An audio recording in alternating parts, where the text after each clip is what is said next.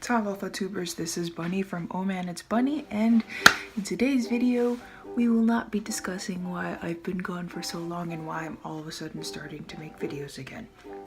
That will be in another video. So in this video I will be showing you how I taught myself how to read and write in Korean. Hopefully you can find some useful tips that you can use in your own studies if you're studying Korean, or even if you're just learning a language that has a different script that they write in. This might be helpful. So let's get started. So the first thing that I did was I wanted to learn the sound of each character, which thankfully in Korean they don't have too many characters in their alphabet, if you want to call it that. So at the time what I did was I just googled Korean alphabet. This was before I learned that it's called Hangul, so we'll just call it Korean alphabet for now. So I googled Korean alphabet and I looked in images and looked for a chart that would give me what I was looking for, which was just the sound to each character in their system.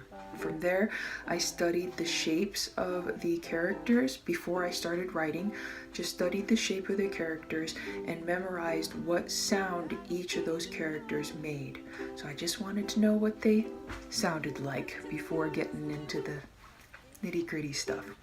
And then the next thing that I did was I wanted to learn how the characters were positioned when they were written all together.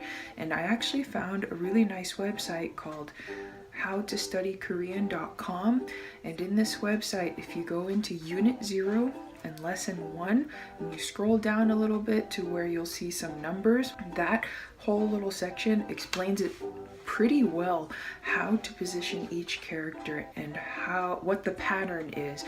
There's a pattern to how they put their characters together, and it's very organized. I really like it. It's based off of the shape of the vowel, I think.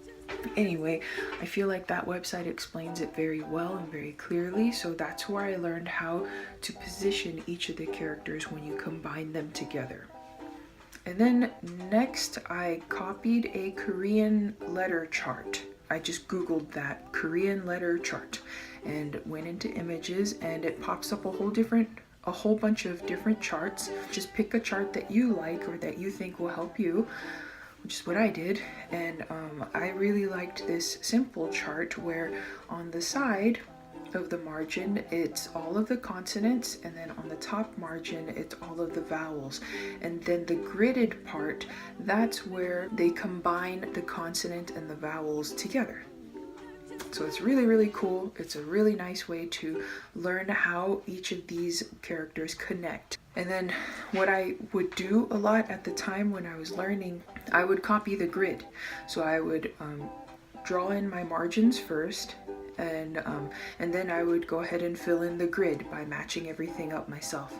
And as I was writing each of the syllables or letters, I would sound it out to myself to get familiar with what the characters all put together sounded like. And it helped me to be exposed to the reading and writing aspect of the Korean alphabet. So it's pretty good. To put it all into practice, what I did was I would consider the daily text in Korean every day. I'm one of Jehovah's Witnesses, and what the daily text is, the full title is Examining the Scriptures Daily, but for short we call it the daily text. It features a scripture, and then it has a short little comment to explain how this scripture applies to us in our daily lives. That daily text, it doesn't just come in English, it also comes in over 800 different languages, I think. So I would change it into Korean, which you can do on the app. The daily text actually comes on an app called the JW app. It's purple. So if you're interested in using that as a language learning tool, you can download it. It's free, and change everything into whatever your target language is. So what I would do with the daily text, I would read it in Korean, and then I would copy it down in Korean. Now, you are not reading for understanding. At this point, you're just reading to get familiar with reading and writing in Korean. So don't worry about understanding anything. You're not gonna. I know I didn't, and I know I still don't. At the time, it was quite grueling, but the more you do it, the better it gets. You're just doing this to get used to the characters and the sounds that they make. You can apply that to anything that you're reading. So I like the daily text because it's short. There is an end and you can see it. You can see the light at the end of the tunnel. You could probably do this with articles that you like to read. I'm not sure, but articles tend to be a bit long. But whatever you want to use, you can use that. Read it and then write it. Another way that I would practice writing and reading and trying to memorize the sounds was I would Koreanize people's names. So I would take my name, for example, Bunny, and I would write it in Korean. Or my siblings' names, I would Koreanize their names, see what it would look like and sound like in Korean. And then a whole bunch of different English names. I would just try to Koreanize them. So that helped me to get a bit creative with what I had learned. So those are all the things that I did that helped me to teach myself how to read and write in Korean and how to get better at it. I'm not teaching you a language, I'm just showing you how I learn languages. There's a difference. Hopefully you found something useful that you can use in your studies if you are studying a language that has a different script. If you have any questions or comments, please leave them in the comment section below. If you liked this video, give it a thumbs up. If you didn't like it, give it a thumbs down.